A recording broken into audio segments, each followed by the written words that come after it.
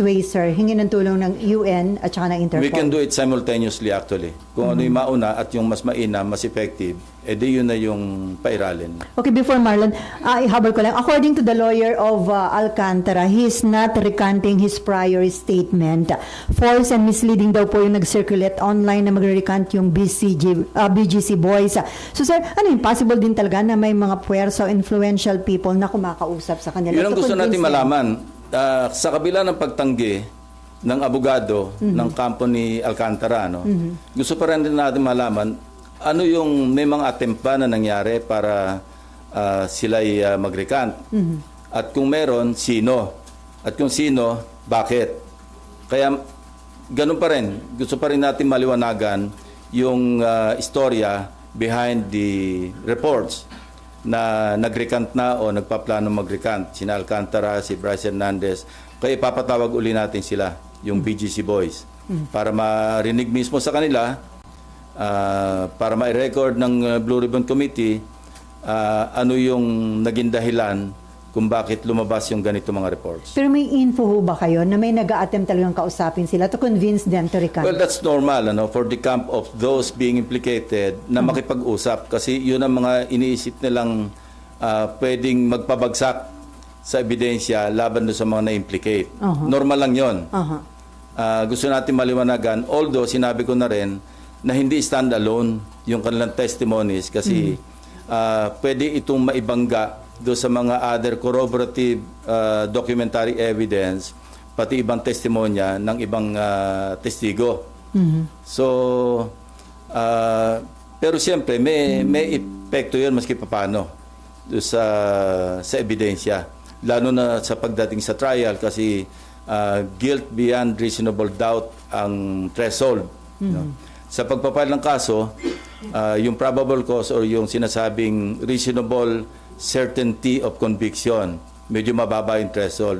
Pero pagdating sa husgado, napakabigat nun. Guilt beyond reasonable doubt ang kinakailangan. So, lahat ng ebidensyang kailangan maisalang sa korte, kailangan nandoon. So, still, kailangan pa rin na naandyan yung matibay na testimonya ng mga sina Alcantara, Bryce Hernandez, JP Mendoza, para talagang masolidify yung kaso sa korte. At sila nandito pa rin, sir, sa Senate custody. Nandiyan pa rin sila. So kung meron man nakikipag-usap, possible ba yun kung nakadetain sila? Hindi naman kailangan direktang kausapin sila. Lawyer to lawyer. Okay, Marlon, and then Amean. And then Amor. Sir, yung former secretary mo, yung information, sir, niya na intentionally mali yung sinabit niya before. Yes, very reliable. Sir, may witness, sir, na harap to testify on that? Meron. And what do you make of that, sir? Well, deliberate. Ibig sabihin, no-cover up niya talaga. Kaya looking back, naalala ko, meron siyang binanggit tungkol sa ilahad ko sa aking privilege speech doon sa nauhan. Ang sabi niya, mali raw yung grid coordinates. Although sigurado kami, kasi personal naming pinuntahan ng teams namin, yung mismong ghost flood control project.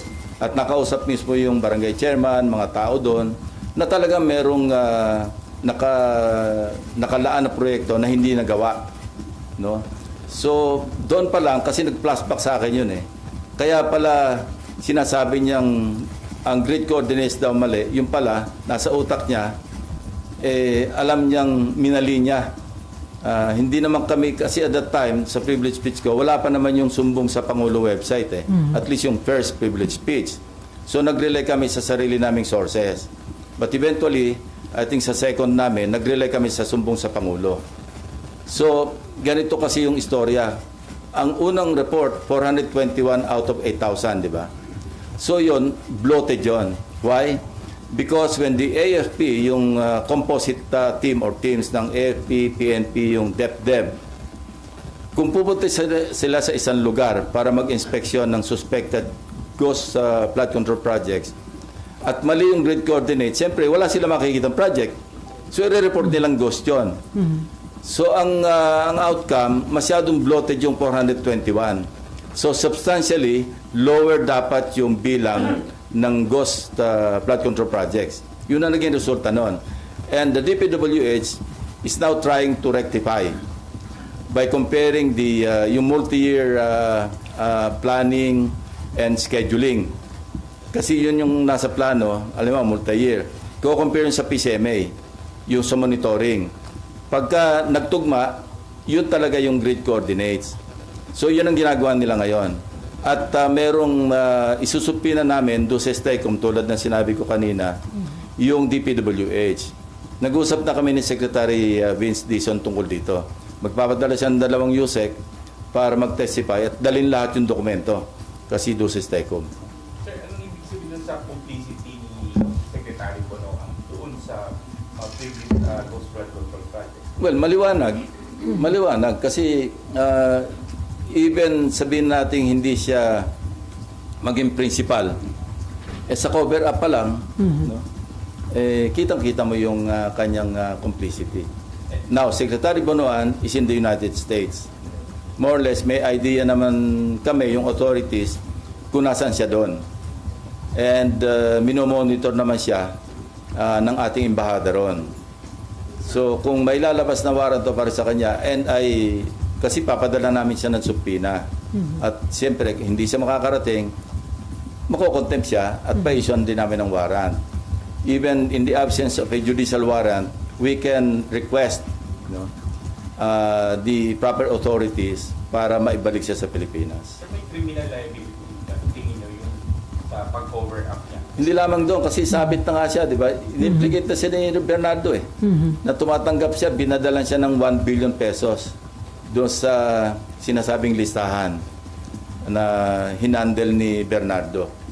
So, kumbaga minor lang itong pag-cover up niya sa complicity o sa criminal case o cases na haharapin niya. So sir, sa halip na makipag-cooperate, nag-submit pa siya deliberately ng incorrect. Well, that's part of misleading Malacanang. Kasi yung sinabit niya sa PMS, yun niya, incorrect. And this information came precisely from the DPWH. Kasi na-check nga nila na mali-mali. Kung isa o dalawa lang yung mali, pwedeng inadvertently na-omit, o kaya nagkamali. Pero katakot-takot daw talaga, ang kita nila na deliberate yung pagsasubmit ng mali-maling grid coordinates. So, sir, lalo isipin lang- mo, sumbong sa Pangulo, niloko niya pa. So lalo lang inilubog ni Secretary Bonoan yung sarili niya dito sa issue. Akala niya, makakalibre siya. Pero yung records, hahabulin ka ng paper trail Like for example, halimbawa si Speaker Romualdez, sa ngayon, as we speak, sasabihin ko pa rin, wala naman talagang direktamenting nag-implicate sa kanya except Gutesa. Matibay sana kung si Gutesa na andyan, nagpunta sa DOJ, sa Ombudsman, at nag-affirm ng kanyang affidavit. Pero dahil wala siya, ngayon, kung meron si Senator Amy na ebidensya mapapakita, most welcome siya mag-attend. Huwag niyang kaming siraan na pinagbabawalan na implicate si former Speaker